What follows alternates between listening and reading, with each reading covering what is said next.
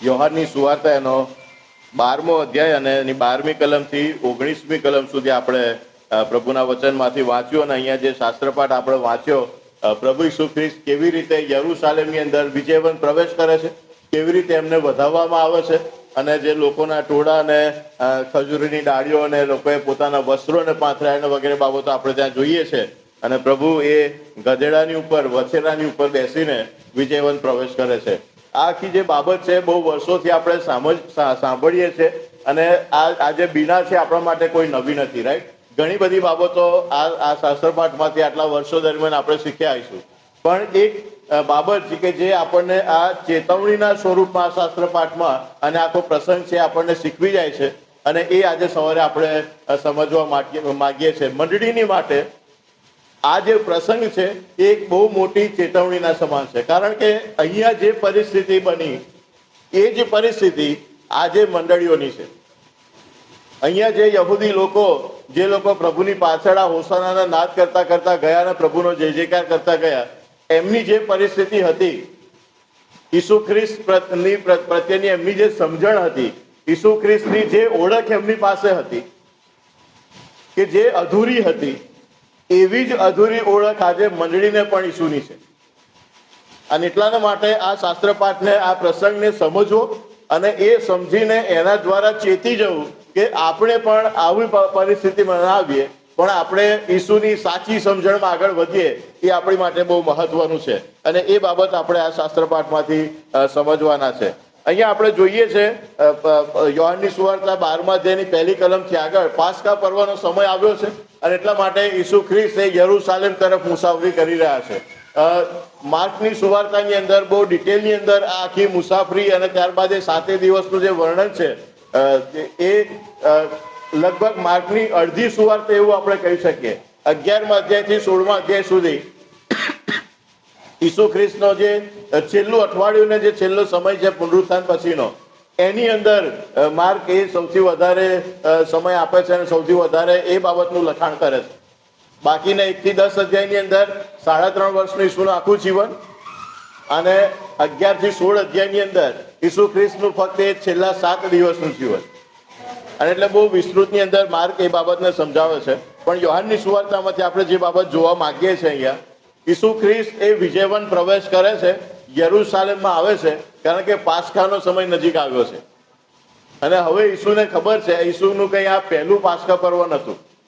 એ વર્ષો વર્ષ આ રીતે પાસ્કા પર્વમાં યરૂશાલેમમાં આવતા અને પાસ્કા પર્વનો ભાગ બનતા, એને ઉજવતા વગેરે બાબતો હતી. પણ આ પાસ્કા પર્વ પ્રભુની માટે કંઈક અલગ છે, અને પ્રભુની સાથે આખા યરૂશાલેમની માટે અને આખા વિશ્વની માટે આ પાસ્કા પર્વ કંઈક અલગ છે. અને અહીંયા જે બાબતો બની રહી છે, જે રીતે પ્રભુ આ પાસ્કા પર્વની અંદર આવે છે, દર વર્ષે કંઈ આ રીતે પાસ્કા પર્વમાં પ્રભુ આવે ત્યારે વછેરા પર બેસીને નતા આવતા. દર વર્ષે જ્યારે પાસ્કા પર્વમાં આવે ત્યારે લોકોના ટોળા હોસાનાના પોકાર કરતા ઈસુની પાછળ નતા જતા. પણ આ પાસ્કા પર્વની અંદર કંઈક અલગ છે, અને પ્રભુ યરૂશાલેમમાં પ્રવેશ કરે છે ત્યાંથી જ એ અલગતા દેખાઈ આવે છે, ત્યાંથી જ એ શરૂઆત દેખાઈ આવે છે કે આ વખતે કશુંક જુદું થવા જઈ રહ્યું છે. અને એ શું જુદું થઈ રહ્યું છે એ આપણે સમજીએ. 12મી કલમથી આપણે ત્યાં વાંચ્યું, બીજે દાડે ઘણા પર્વમાં આવેલા ઘણા લોકોએ સાંભળ્યું કે ઈસુ યરૂશાલેમ આવે છે, ત્યારે ખજૂરીની ડાળીઓ લઈને તેઓ તેને મળવાને બહાર આવ્યા, અને તેઓએ પોકારીને કહ્યું કે હોસાના, પ્રભુને નામે ઇઝરાયેલનો જે રાજા આવે છે તેને ધન્ય છે. ઈસુ ત્યાં યરૂશાલેમ આવે છે, અને ત્યારે લોકોને ખબર પડે છે, અને હવે લોકો સામેથી ઈસુને મળવા માટે આવે છે. કેવી રીતે આવે છે? ખજૂરીની ડાળીઓ લઈને. હવે આ ખજૂરીની ડાળીઓ લઈને કોઈને વધાવવા, કોઈને આ રીતે શહેરની અંદર આવકારવા, એ યહૂદીઓની અંદર કોઈ નવી બાબત નથી.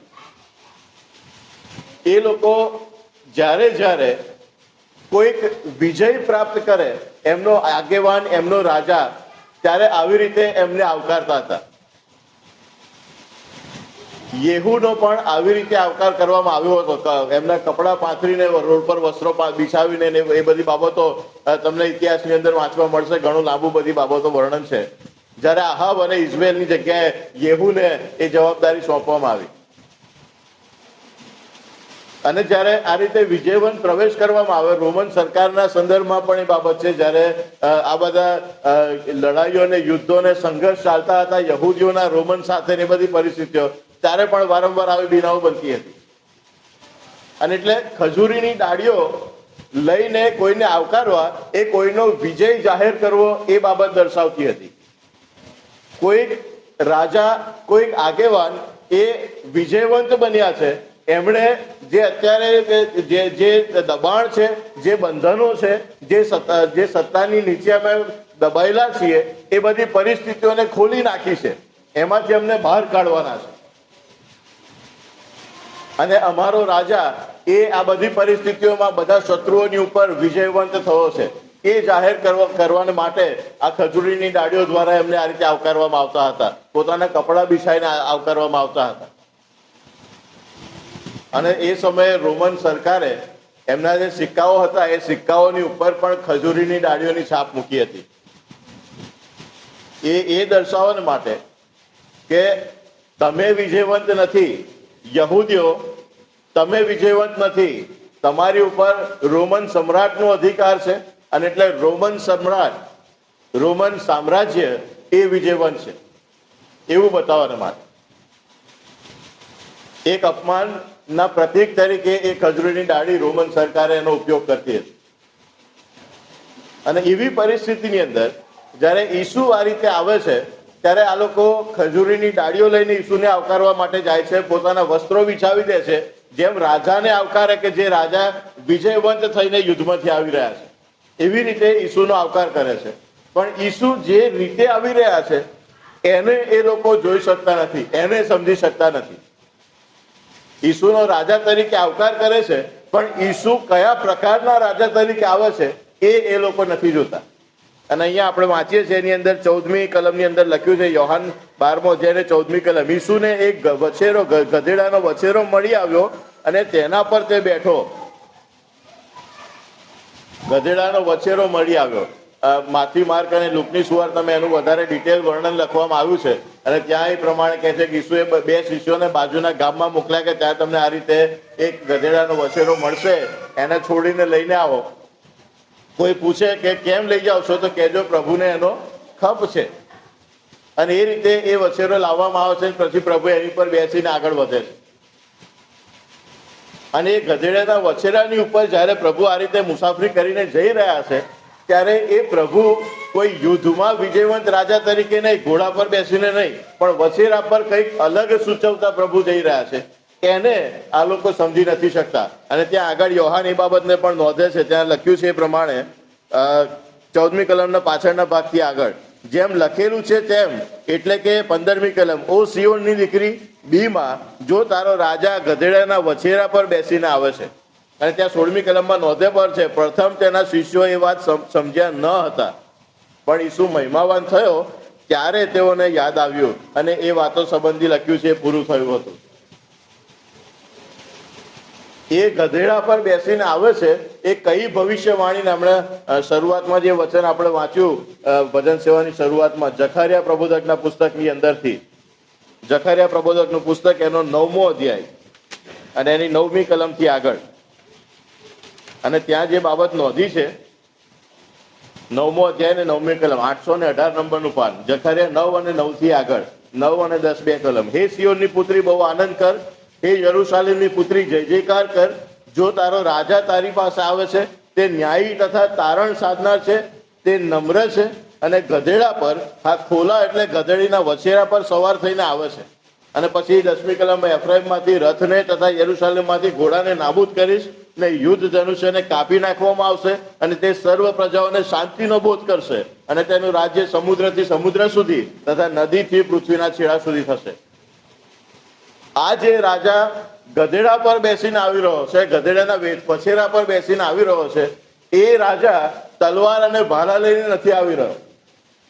આ રાજા તો વછેરા પર બેસીને આવે છે. ત્યાં લખ્યું છે તે નમ્ર છે, એ નમ્ર થઈને આવી રહ્યો છે. જે યુદ્ધમાં વિજય પામીને અભિમાનથી, અહંકારથી ભરપૂર થઈને રાજા આવતો હોય છાતી કાઢીને, એવો રાજા નથી. નમ્ર થઈને આવી રહ્યો છે.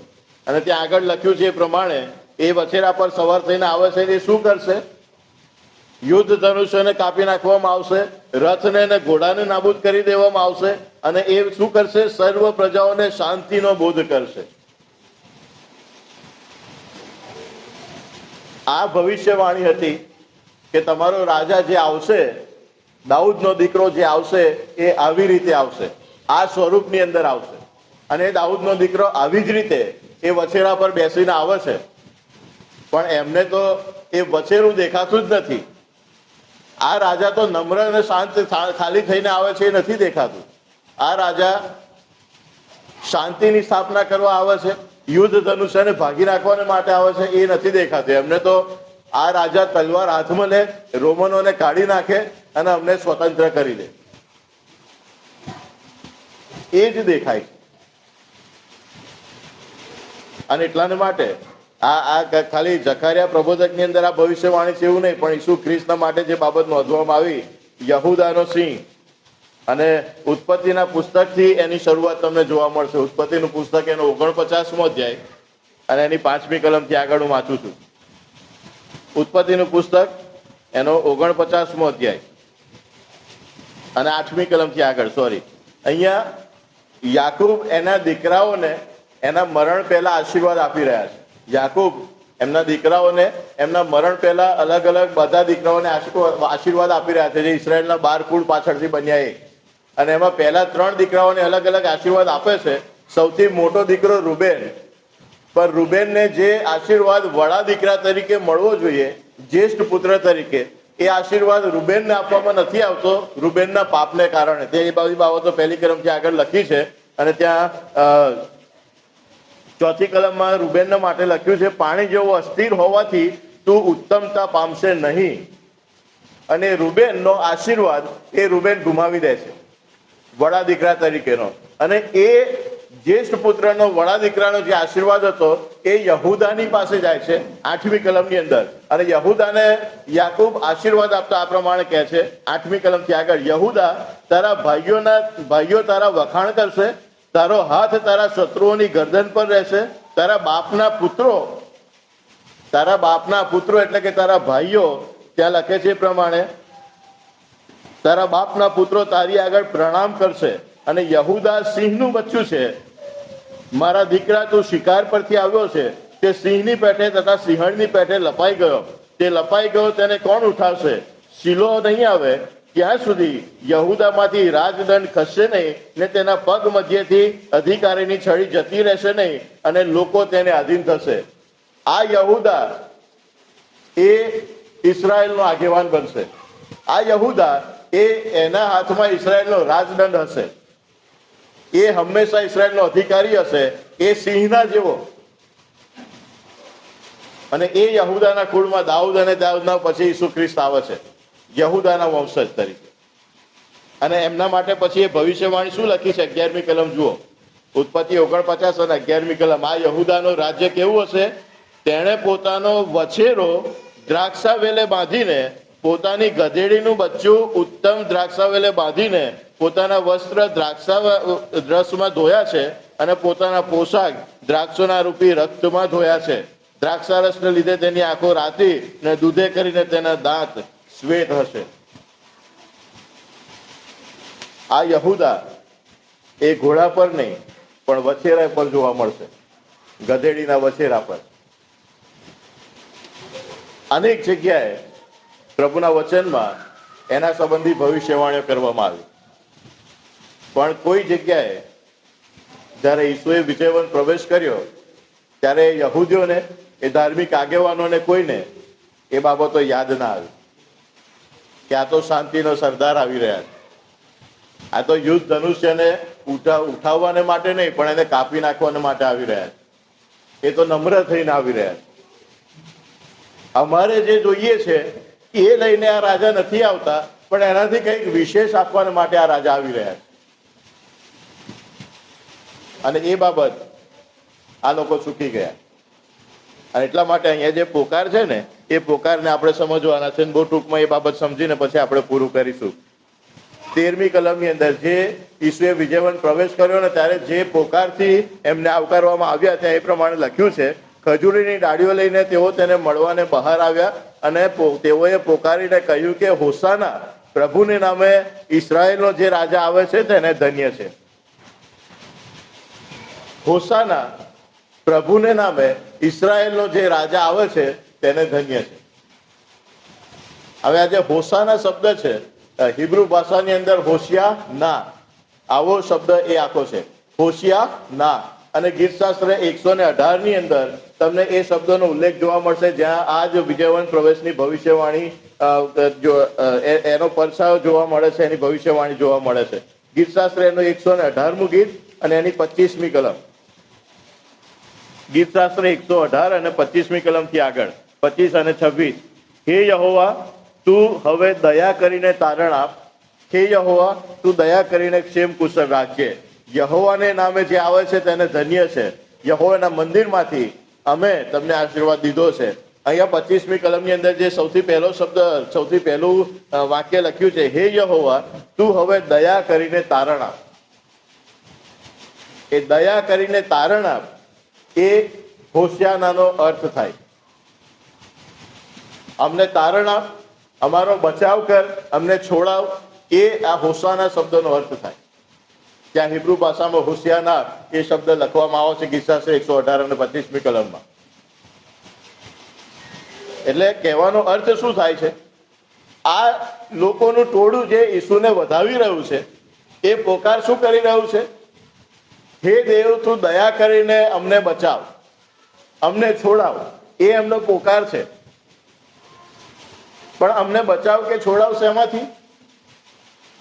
આ પૃથ્વી ઉપર અમારી જે પરિસ્થિતિ છે, અમારી રોમન સરકારની નીચે જે ગુલામગીરી છે, જે મુશ્કેલીઓ અને તકલીફોમાંથી અમે પસાર થઈ રહ્યા છે, એક બાજુ ધાર્મિક સત્તાઓ છે એ પણ અલગ અલગ રીતે દબાઈ રહી છે લોકોને, એક બાજુ રાજકીય સત્તા છે એ પણ અલગ અલગ રીતે અમને દબાવી રહી છે, અને અમે આ બધી બાબતોમાંથી ત્રાસી ગયા છે. અમે બહુ દુઃખી છે. આ બધી અમારા જીવનની પરિસ્થિતિઓમાંથી અમને બચાવ, દયા કરીને અમને આમાંથી છોડાવ. એ આ લોકોનો પોકાર છે જ્યારે ઈસુને એ ખજૂરીની ડાળીઓથી વધાઈ રહ્યા છે. ત્યારે પ્રભુ જ્યારે એ વિજયવંત રાજા તરીકે આવી રહ્યા છે ત્યારે એમને આ જીવનની પરિસ્થિતિઓમાંથી છોડાવવાને માટે નથી આવી રહ્યા. જે બધી પરિસ્થિતિ એમની ચારે બાજુમાં છે, દુઃખો છે, તકલીફો છે, રોમન સરકારના કારણે ને બીજી અન્ય કઈ બાબતોના કારણે, એમાંથી છોડાવવાને માટે નહીં, પણ એનાથી વિશેષ કોઈક બંધનમાંથી છોડાવવાને માટે પ્રભુ આવી રહ્યા છે. એનાથી વિશેષ કોઈક બાબતમાંથી એમને બચાવવાને માટે આવી રહ્યા છે. પણ એમને એ આશીર્વાદ નથી જોઈતો. પ્રભુ, અમને તો ખાલી અહીંયા જે તકલીફો પડે છે ને એમાંથી છોડાવ. આ બધી બાબતોમાંથી બહાર આવીએ ને એટલે અમારે શાંતિ થાય. પાપનો બોજો તો અમને લાગતો જ નથી. ઈશ્વરથી અમે અમારું મુખ અવળું ફેરવી દીધું છે, એનાથી તો અમને કોઈ તકલીફ નથી થતી. ખાલી આ પૃથ્વી ઉપર જે બધા દુઃખો ને મુશ્કેલીઓ તકલીફો છે એ જતા રહે ને જીવનમાં શાંતિ હોય, સુખેથી તંદુરસ્તીથી આ પૃથ્વી ઉપર અમે જીવીએ એટલે અમારે બહુ છે. એમની આંખો એ આ પૃથ્વી પરના જીવન પૂરતી જ બંધાઈ ગઈ છે. એનાથી આગળ તો કશું નથી જોઈતું. જ્યારે પ્રભુ આ વિજયવંત પ્રવેશ કરે છે ને ત્યારે એ બહુ મોટી નિશાની ત્યાં એ જોવા મળે છે. હઝકેલ પ્રબોધકના પુસ્તકની અંદર 8મા અધ્યાયથી આગળ હઝકેલને જે સંદર્શન થાય છે, બધી કલમો નથી, ઘણા બધા અધ્યાયો છે ત્યાં, અને એટલે બધું વાંચવાનો અત્યારે સમય નથી. પછી તમે વાંચો 8મા અધ્યાયથી આગળ, હઝકેલ પ્રબોધકનું પુસ્તક એના 8મા અધ્યાયથી આગળ, અને ત્યાં હઝકેલને દર્શન થાય છે, સંદર્શન, અને એ ઈશ્વરને જુએ છે, ઈશ્વરને યરૂશાલેમની અંદર જુએ છે, દેવના ગૌરવને, અને એ દેવના ગૌરવને યરૂશાલેમમાં મંદિરમાં જોવે છે. અને પછી ત્યાં એ ઈશ્વર એ હઝકેલને હવે બતાવે છે કે આ જે મંદિરની અંદર મારું અસ્તિત્વ, મારું રહેઠાણ છે, જ્યાં મારી હાજરી છે, ત્યાં આ મારા લોક એ શું કરી રહ્યા છે. અને પછી 8મા અધ્યાયથી આગળ 8મો અને 9મો અધ્યાય ને બધી બાબતોમાં તમને એ આખું વર્ણન લખ્યું છે કે અહીંયા આગળ હવે આ મંદિરના આ દરવાજા બાજુ જો, મંદિરના આ ખૂણા બાજુ જો, મંદિરની આ રૂમની અંદર જો, અહીંયા શું ચાલી રહ્યું છે. શું આ દેવનું ઘર છે?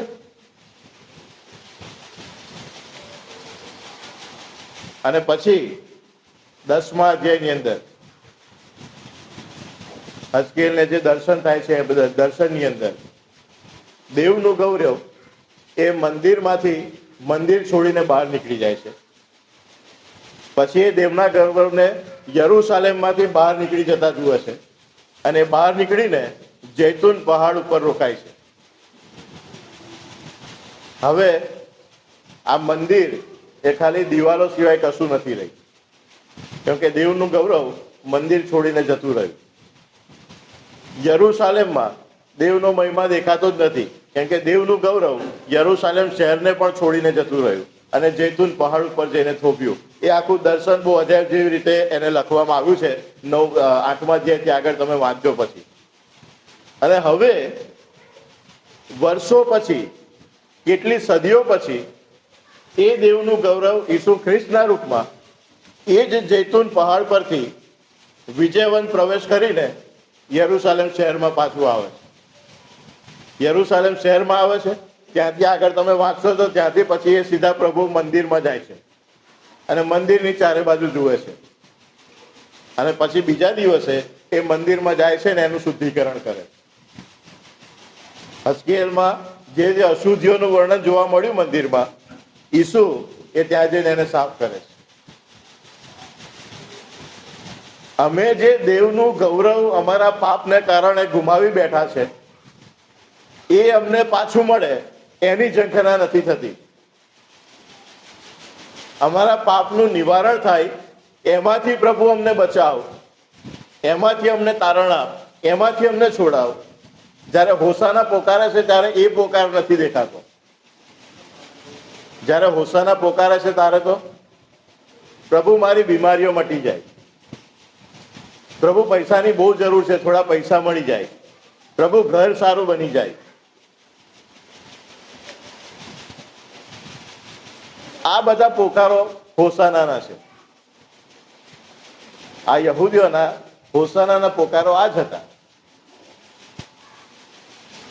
પ્રશ્ન એ છે કે એ બધું મેળવ્યા પછી કેટલા લોકો એ ઈસુની પાછળ ખરેખર ગયા. આજ યોહાનની સુવાર્તાના 20મા અધ્યાયની અંદર તમે વાંચો, યોહાન નોંધે છે કે ઈસુએ એટલા બધા ચમત્કારો કર્યા, એટલા બધા લોકોને સાજા કર્યા, એટલા બધા મોટા મોટા કામ કર્યા કે જો બધું લખવા બેસીએ ને તો જગતના પુસ્તકો ઓછા પડી જાય. તો કલ્પના કરો કે કેટલા ચમત્કારો કર્યા હશે. યોહાન કહે છે કે દુનિયાના પુસ્તકો ઓછા પડી જાય, કાગળો ખૂટી પડે જો બધું લખવા બેસીએ તો. 3.5 વર્ષની અંદર પ્રભુએ જે કર્યું જો એટલું બધું હતું, તો કેટલા બધા લોકોને ઈસુના હાથે સાજાપણાનો આશીર્વાદ મળ્યો. ઇઝરાયલની અંદર કેટલા બધા લોકોને ઈસુના હાથે એ ચમત્કારો જોવાનો ને એને માણવાનો કે એને અનુભવવાનો એ પ્રસંગ મળ્યો. કેટલા બધા લોકો, કદાચ કોઈ બાકી નહીં રહ્યું હોય તો જ કાગળો ખૂટી જાય એટલા બધા કામો થયા હોય. એ હજારો ને લાખોની સંખ્યામાં લોકો સાજા થયા, અશુદ્ધ આત્માથી મુક્ત થયા, અસાધ્ય બીમારીઓથી સાજા થયા, કેટલા બધા મરણમાંથી જીવતા થયા. 3 જણનો તો આપણે જોઈએ જ છે. કેટલા બધા લોકોએ બે માછલી ને 5 રોટલી જેવા મોટા મોટા ચમત્કારો જોયા અને એનો આશીર્વાદ પામ્યા. આટલા બધા લોકોએ એ ચમત્કારો જોયા, એ પૃથ્વી પરના જીવનમાં આશીર્વાદો પામ્યા. એમાંના કેટલા પ્રભુના વધસ્તંભ પાસે ઉભા રહ્યા, કેટલાને ખરેખર પ્રભુ મળ્યા, કેટલાને તારણનો આશીર્વાદ મળ્યો, એમાંના કેટલા એ જીવનમાં જશે, અનંતકાળના જીવનમાં. વધસ્તંભની પાસે ગણ્યા ગાંઠા 5, 7 કે 10 જણા સિવાય વધારે કોઈ દેખાતું જ નથી. જો પૃથ્વી પરના ચમત્કારો અને સાજાપણા અને આશીર્વાદોથી પ્રભુ મળી જતા હોય, અનંત જીવન મળી જતું હોય, તો વધસ્તંભની આગળ ઉભા રહેવાની જગ્યા ના હોય. પણ તકલીફ એ છે કે હોસાના હોસાના, શેમાંથી હોસાના, શેમાંથી બચાવ? અમને તો બસ અહીંયા બધું મળી જાય, બીમારીઓ પતી જાય, આશીર્વાદો મળી જાય એટલે પતી ગયું. મંડળીની પરિસ્થિતિ શું છે? આજે આપણે હોસાના હોસાના બોલીએ છીએ તો શેની માટે બોલીએ છીએ? તમે જુઓ આજે આજુબાજુમાં જે બધા મંડળીઓ ચાલી રહી છે, જાત જાતની નવી મંડળીઓ નીકળી છે. રવિવારે સવારે ભજન સેવા એટલે શેની ભજન સેવા હોય? પાપમાંથી મુક્તિની ભજન સેવા ના હોય.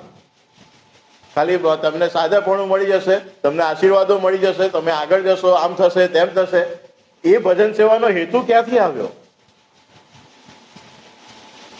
બાઇબલ તો શીખવાડતું જ નથી કે આવી ભજન સેવા હોય. ભજન સેવા તો ગયા રવિવારે મેં કીધું, એકબીજાના પગ ધોવો, એકબીજાને પાપમાંથી બહાર આવવા માટે મદદ કરો, એ ભજન સેવા છે. સાથે મળીને પ્રભુની આ ભેજ આગળ બેસો અને પ્રભુનું શરીર ને પ્રભુનું રક્ત માણો, એ ભજન સેવા છે. નહીં કે મને તાવ મટી જાય, કે મને કેન્સર મટી જાય, કે મારો બંગલો બની જાય ને મને પૈસા મળી જાય, કે નોકરી મળી જાય. એ ભજન સેવાનો હેતુ જ નથી. જો એવી રીતે ભજન થતું હોત તો સ્ટેફન પથ્થરે ના મરી ગયા હોત. એમણે કીધું હોત પ્રભુ આ પથ્થરે મારનારા બધા ખલાસ થઈ જાય, હું જીવતો બહાર આવું. તો પિત્તરે વધસ તમે ઉધા લટકીને મરવાની જરૂર ના પડે. યાકૂબ અને પાઉલ જેવા પ્રભુના સેવકોના ગળા ના કપાઈ ગયા હોત. પાઉલને તો પ્રભુએ કીધું એ કાંટો તારી પાસે રહેશે જ. પાઉલ કહે છે મેં 3 વખત પ્રાર્થના કરી કે મારા દેહમાંથી આ કાંટો દૂર થાય. પ્રભુ કહે છે કાંટો રહેશે, તારે વાસ્તે મારી કૃપા બસશે. આ પૃથ્વી પરના જીવનોમાં જે પરિસ્થિતિઓમાંથી આપણે હોઈએ, ગમે તેવી બીમારી હોય, ગમે તેવી તકલીફો હોય, ગમે તેવા પડકારો અને પ્રશ્નોનો સામનો કરી રહ્યા હોય, સતાવણીઓનો સામનો કરી રહ્યા હોય, ગમે તે હોય, દરેક પરિસ્થિતિની અંદર પ્રભુ આપણને એ જ કહે છે તારે વાસ્તે મારી કૃપા બસશે, બીજું કંઈ નહીં. જ્યારે તું ભેગા થા, મંડળીની અંદર ભેગા થાવ, જ્યારે તમે હોસાનાનો પોકાર કરો, ત્યારે આ બધી બાબતોને માટે નહીં જેમાં યહૂદીઓએ કર્યા. હોસાનાનો પોકાર, અમારો બચાવ કર, તો એ શેમાંથી કર? અમારા પાપમાંથી કર, અમારા બંધનોમાંથી કર, અમારી ભૂંડાઈમાંથી કર. કેમ કે જ્યારે પેલી બાબતોને માગો છો ને, બીમારી મટી જાય, સાજા થઈ જઈએ, આશીર્વાદો મળી જાય, ત્યારે તમારી એ પ્રાર્થનાઓમાં તમારો ઈશ્વર કોણ છે ને દેખાય છે. તમારો ઈશ્વર પ્રભુ ઈસુ નથી. તમારો ઈશ્વર તો તમારી જરૂરિયાતો બની જાય છે, તમારું સાજાપણું બની જાય છે. એના માટે તમે પ્રભુની પાસે જ આવશો, નહીં તો પ્રભુની જરૂર ના પડે. પણ જ્યારે તમે હોસાના પોકારો છો, ત્યારે પાપમાંથી બચાવને માટે પોકારો છો ને ત્યારે તમારો ઈશ્વર કોણ છે એ પણ દેખાય છે. જ્યારે પાપનો બોજો લાગે ને અને પ્રભુને પ્રાર્થના કરો ને કે પ્રભુ આ પાપમાંથી મને બચાવ, આ સ્વાર્થીપણામાંથી મને બચાવ, આ અહંકારમાંથી મને બચાવ, આ વ્યસનોમાંથી કે આ ભૂંડી બાબતોમાંથી મને બચાવ, ત્યારે તમે પ્રભુને ઝંખી રહ્યા છો, પ્રભુની સંગતને ઝંખી રહ્યા છો કે જે આ બંધનોના કારણે તમે પામી નથી શકતા, અને એટલા માટે એમાંથી બચવું છે ને ત્યાં તમારો ઈશ્વર પ્રભુ છે એ દેખાય. પ્રશ્ન આપણી માટે એ છે, વર્ષોથી પામ સન્ડે ઉજવીએ છીએ, ખજૂરીની ડાળીઓ લઈને કેટલી બધી જગ્યાએ મંડળીઓ બધા સરઘસ લઈને નીકળે છે હોસાના પોકારતા. સન્ડે સ્કૂલના બાળકો શહેરની મંડળીઓમાં વધારે સંખ્યા હોય ત્યાં નીકળતા હોય છે. હોસાના પ્રભુને નામે જે રાજાઓ છે ને ધન્ય છે, પણ એ હોસાનાનો પ્રકાર મંડળી શેની માટે કરે? પાપમાંથી બચાવને માટે, કે પછી જેમાં યહૂદીઓએ પોકાર્યા એમને જે બચાવ જોતો હતો એવા બચાવને માટે? જે એમને ના મળ્યો એટલે થોડા દિવસ પછી કહે છે એને બધા સ્તંભે ચડી દો. અમારે જે જોઈતું હતું એ ના મળ્યું તો પછી આ પ્રભુની આવા રાજાની અમારે જરૂર નથી. મંડળી આ જ કરી રહી છે, આપણે આ કરી રહ્યા છે, આપણે એમાંથી બહાર આવવાની જરૂર છે. શું આપણો હોસાનાનો પોકાર પ્રભુને પામવા માટેનો હશે, તારણ મેળવવા માટેનો હશે, પાપમાંથી બચવા માટેનો હશે? આપણે વિચારવાનું. કે પછી જેમ બધા શીખવાડે છે અહીં આવો ને સાજા થઈ જશો એટલે ત્યાં એ હોસાના, અહીંથી આ બાબતોમાંથી બચી જઈને આ બાબતો પામી લઈએ. કયો હોસાનાનો પોકાર આજે આપણે કરીશું? આપણે નક્કી કરવાનો છે. આંખો બંધ કરીએ, અને પ્રભુની આગળ આપણે વિચારીએ, આટલા વર્ષો સુધી મારો હોસાનાનો પોકાર કેવો હતો?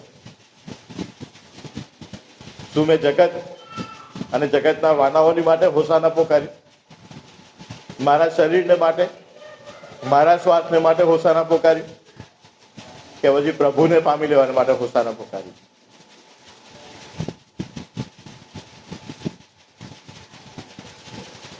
આજે સવારે જ્યારે આપણે હોસાનાનો પોકાર કરીએ, આપણા હૃદયોમાં હોસાના પોકારીએ, ત્યારે પ્રભુને માટે અને પાપથી બચવાને માટે એ હોસાનાનો પોકાર હોય એવો નિર્ણય કર્યો.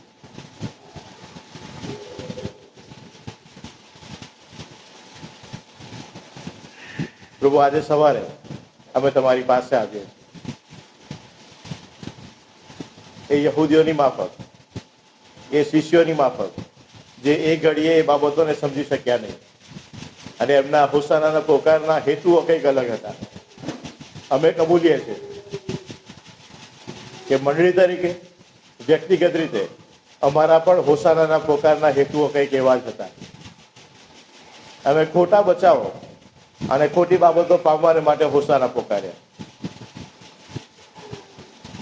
અમે બીજી બાબતોને અમારો ઈશ્વર બનાવીને હોસાના પોકારતા હતા. આજે સવારે માફી માંગીએ, એવી કૃપા કરો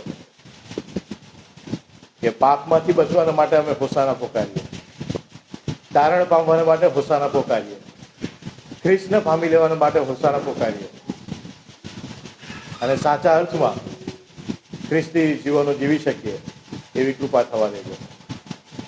દરેક ખોટી સુવાર્તાઓ, દરેક ખોટા શિક્ષણોથી અમને બચાવજો અને સાચી સુવાર્તામાં સાચા ખ્રિસ્તને ઓળખીને તમારો મહિમા કરવા માટે તમારા આત્માની દોરવણીને સહાય આપજો. પ્રભુ ઈસુમાં અમારી પ્રાર્થના સાંભળો અને માન્ય કરો. આમેન.